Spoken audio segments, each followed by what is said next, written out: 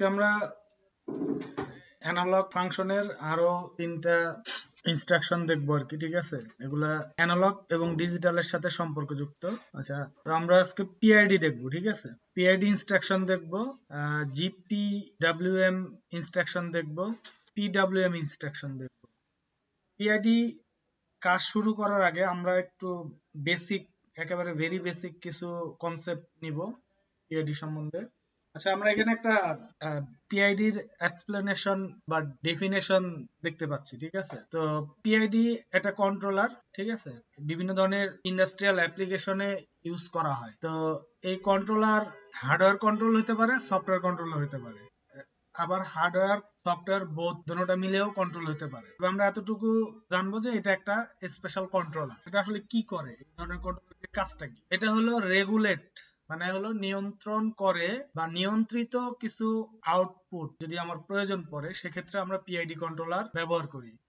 যেমন আমার যদি টেম্পারেচার, একটা নিয়ন্ত্রিত টেম্পারেচার প্রয়োজন পড়ে, আমি টেম্পারেচারে পিআইডি অ্যাপ্লাই করতে পারি। যদি আমার নিয়ন্ত্রিত ফ্লো প্রয়োজন পড়ে, তাহলে আমরা পিআইডি অ্যাপ্লাই করতে পারি। একইভাবে প্রেসার, স্পিড এবং আদার যেসব প্রসেস ভেরিয়েবল আছে ইন্ডাস্ট্রিতে, যেই প্যারামিটার বা ভেরিয়েবল নিয়ে আমরা কাজ করি, হ্যাঁ, সেখানে ডিস্টেন্স থাকতে পারে, লেভেল থাকতে পারে, ভিএফডির আরপিএম থাকতে পারে, টেম্পারেচার থাকতে পারে। এগুলো আমার দরকার একটা নিয়ন্ত্রিত আউটপুট দরকার, যে আমি যেই সেট, একটা টেম্পারেচার আমি সেট করে দিলাম, বা একটা ফ্লো আমি সেট করে দিলাম, বা একটা প্রেসার আমি সেট করে দিলাম, এই সেট প্রেসারটা আমি যে সেট করলাম এটা যেন নিয়ন্ত্রিত থাকে। পিআইডির আসলে কি হয়, একটা সেট পয়েন্ট থাকে, যে আমি যে ইনপুটটা দিব সেই ইনপুটের একটা সেট পয়েন্ট থাকবে।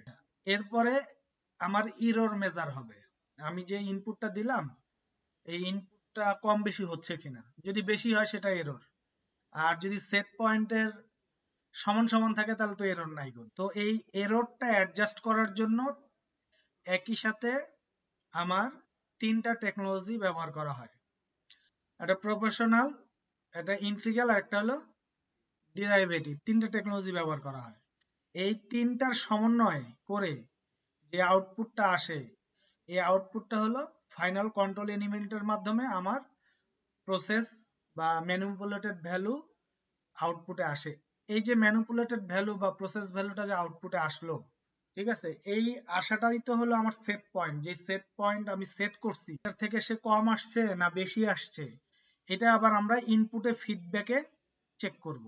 কি করব, এই আউটপুটটাকে ফিডব্যাক হিসাবে ইনপুটে দিব, ঠিক আছে? আউটপুটটাকে ফিডব্যাক হিসাবে যখন ইনপুটে দিব, সেটাই হলো আমার প্রসেস ভ্যারিয়েবল বা পিভি আমরা অনেক সময় বলি, বা প্রসেস ভ্যালুও বলি আমরা অনেক সময় এটাকে। তাহলে আমার যে ইনপুটটা, এই প্রসেস যে ইনপুটটা বা প্রসেস ভেরিয়েবল যেটা, এই ইনপুটটা প্রথমে কম্পেয়ার করবে প্লাস মাইনাস কার সাথে, সেট পয়েন্টের সাথে। সেট পয়েন্টের সাথে যখনই প্লাস মাইনাস করবে, করার পরে এরর চেক করবে। এই 3টা প্যারামিটারের মাধ্যমে এরর চেক করবে। একটা হলো প্রপোর্শনাল, ইন্টিগ্রাল এবং ডেরিভেটিভ। এই 3টা প্যারামিটার চেক করে যতটুকু সম্ভব এররটাকে কি করবে, নিউট্রাল পজিশনে নিয়ে আসবে বা সেট পয়েন্টের কাছাকাছি নিয়ে আসবে। অর্থাৎ এররটা যদি 0 হয় তাহলে আমার আউটপুটটা সেট পয়েন্টের কাছাকাছি আসবে।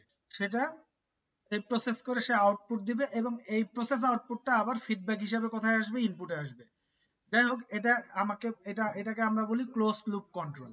অনেক সময় এটাকে আমরা বলি কি, ক্লোজ লুপ কন্ট্রোল। পিআইডি প্যারামিটারে কি কি আছে আমরা যদি একটু দেখি। একটা আছে প্রপোর্শনাল, ইন্টিগ্রাল, ডেরিভেটিভ, যেটা আমরা দেখলাম। এর মধ্যে আছে proportional gain, integration gain, integral time constant আছে, derivative gain KD, derivative time constant TD. এগুলো সবই হলো পিআইডি অ্যাডজাস্ট করার জন্য, অর্থাৎ একটা আউটপুটকে নিয়ন্ত্রিত করার জন্য এই প্যারামিটারগুলো আমার অনেক সময় সেট আপ করতে হয়। এগুলো অনেক সময় অটোমেটিক মোডে থাকে, ইউজার চাইলে ম্যানুয়াল মোডে এগুলাকে সেট আপ করতে পারবে। ডিপেন্ড করবে আমি টাইপের অ্যাপ্লিকেশন করতেছি। আমি টেম্পারেচারে পিআইডি অ্যাপ্লাই করি তাহলে এক ধরনের প্যারামিটার আমার অ্যাডজাস্ট করতে হবে। যদি আমি প্রেসার বা আরপিএম বা ডিস্টেন্স, আমার যদি মেজারিং প্যারামিটার ভিন্ন ভিন্ন হয়, তাহলে আমার এই সেটআপ গুলোও কি হবে, ভিন্ন ভিন্ন হবে। তো আমরা এক এক করে সবগুলোই দেখবো। আমরা প্রথমে টেম্পারেচারটা দেখব। ওকে, এই হলো আমাদের কন্ডিশন। এই কন্ডিশনে আমরা এখন টেম্পারেচার প্রথমে রিড করব। আমাদের টেম্পারেচারের ডিজিটাল ভ্যালু ধরে নে আমরা যে মডিউলটা ব্যবহার করতেছি, আমরা যে মডিউল ব্যবহার করব অ্যানালগ মডিউল ডিজিটাল র ভ্যালু ম্যাক্সিমাম আছে ধরেন 2000 ধরে নেন আর কি, মিনিমাম আছে 0, টেম্পারেচার ম্যাক্সিমাম 200 ডিগ্রি আর হলো মিনিমাম 0 ডিগ্রি, এটা ধরে নিলাম। এখন আপনি যে মডিউলটা ব্যবহার করবেন সেই মডিউলের এই ডিজিটাল র ভ্যালু ম্যাক্সিমাম আরো বেশিও হইতে পারে, আবার কমও হইতে পারে। তো তখন যেটা হবে আপনি ঠিক ওইভাবে কাজটা করবেন। কন্ট্রোল রেজিস্টার হলো কত, সিআর 6। আচ্ছা, তাহলে আমরা প্রথমে রিড করব। মডিউল হলো 0, যেহেতু আমাদের একটাই মডিউল। এটা কত, 6 আর হলো 1, এটা আমি পাস করলাম D0 তে। তো D0 তে আমার যে ভ্যালুটা আছে এটা হলো ডিজিটাল D0।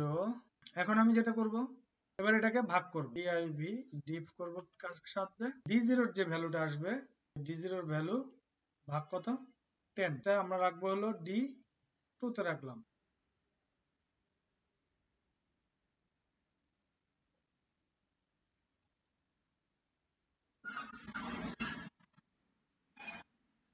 Okay? তো আমরা যতটুকু করলাম যে এখন আমরা টেম্পারেচারটা দেখতেছি আর ডিজিটাল ভ্যালুটা দেখলাম, ঠিক আছে। এখন হলো আমাদের পিআইডি পার্টের কাজ। পিআইডি পার্টের কাজ আমরা এখন করব। আমরা এখানে একটা নতুন নেটওয়ার্ক নিব। শুধু পিআইডি যেটা, এটা হলো 16 বিট ইনস্ট্রাকশন। আর যদি ডিপিআইডি নেই তাহলে আমরা 32 বিট ডাটা নিয়ে কাজ করতে পারবো, ঠিক আছে। যদি আমাদের প্রয়োজন পড়ে তাহলে আমরা 32 বিট নিয়েও কাজ করতে পারবো। আমরা শুধু 16 বিট নিয়ে যেহেতু কাজ করবো, শুধু পিআইডি নিলাম। এখন পিআইডির প্যারামিটার কয়টা ইনপুট দিতে হবে দেখেন, এই ব্লকে 1টা 2টা 3টা, S1 S2 S3, আর এটা হলো আমার আউটপুট বা এমবি বা ম্যানিপুলেটেড ভ্যালু, যেটা আউটপুট যেটা আসবে। তাহলে প্রথমে আমাকে যেটা করতে হবে, আমি এখানে যাই, আমি যদি একটু আসি উপরে, 1 নাম্বার হলো সেট ভ্যালু এসভি, এটাই নিলাম। আচ্ছা, এবার প্যারামিটার 3, এই মূলত প্যারামিটার 3 তেই হলো আমার পিআইডির যত কে পিআইডি, ঠিক আছে, প্রপোর্শনাল ইন্টিগ্রাল ডিরাইভেশনের যেসব ডাটা আছে বা যেসব সাব প্যারামিটার আছে সব এই S3 এর মধ্যে আসবে সিরিয়ালি। তো এটা আমরা D500 থেকে নিলাম। এরপরে হলো ম্যানিপুলেটেড ভ্যালু, অর্থাৎ আউটপুটটা কোথায় আসবে, যে আউটপুট নিয়ে পরবর্তীতে আমরা কাজ করব আর কি। আউটপুটটা আমরা দিলাম 3 তে, 3 আর D4 এ, D4 এ দিলেও হবে, D4 এ দিলে আমরা কি করলাম, এখানে সেট ভ্যালু আমরা সেট করব ডাটা রেজিস্টার 410 ব্যবহার করে, ঠিক আছে। পিভি প্রেজেন্ট ভ্যালু, যেটা প্রসেস ভ্যালু যাই বলি, আমরা প্রেজেন্ট ভ্যালু বলি আর প্রসেস ভ্যালু বলি, যেটাই বলি, এটা হলো আমার ডি কোথায় আছে, 0। এখন এই D0টা আসলে কোন জায়গায়, D0টা হলো আমার এই ডিজিটাল যে র ডাটা আছে না, এই ডিজিটাল র ভ্যালু। এখন এটা আমরা অ্যাকচুয়াল ভ্যালু নিয়েও কাজ করতে পারতাম, এতটুকু মনে রাখেন। D4 এ এপিআইডি এর আউটপুটটাকে ব্যবহার করে পালস উইথ মডুলেশন করব, এটা ডিজিটাল আউটপুটকে অ্যাক্টিভ করব। তো পালস উইথ মডুলেশনের জন্য আমরা ব্যবহার করব GPWM।